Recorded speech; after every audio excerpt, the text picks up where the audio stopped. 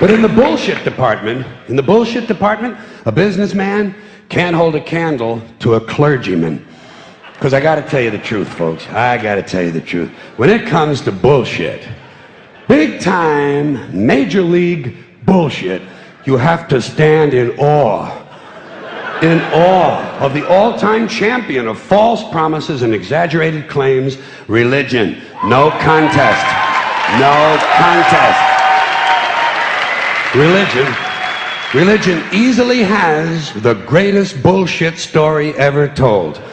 Think about it. Religion has actually convinced people that there's an invisible man living in the sky who watches everything you do every minute of every day.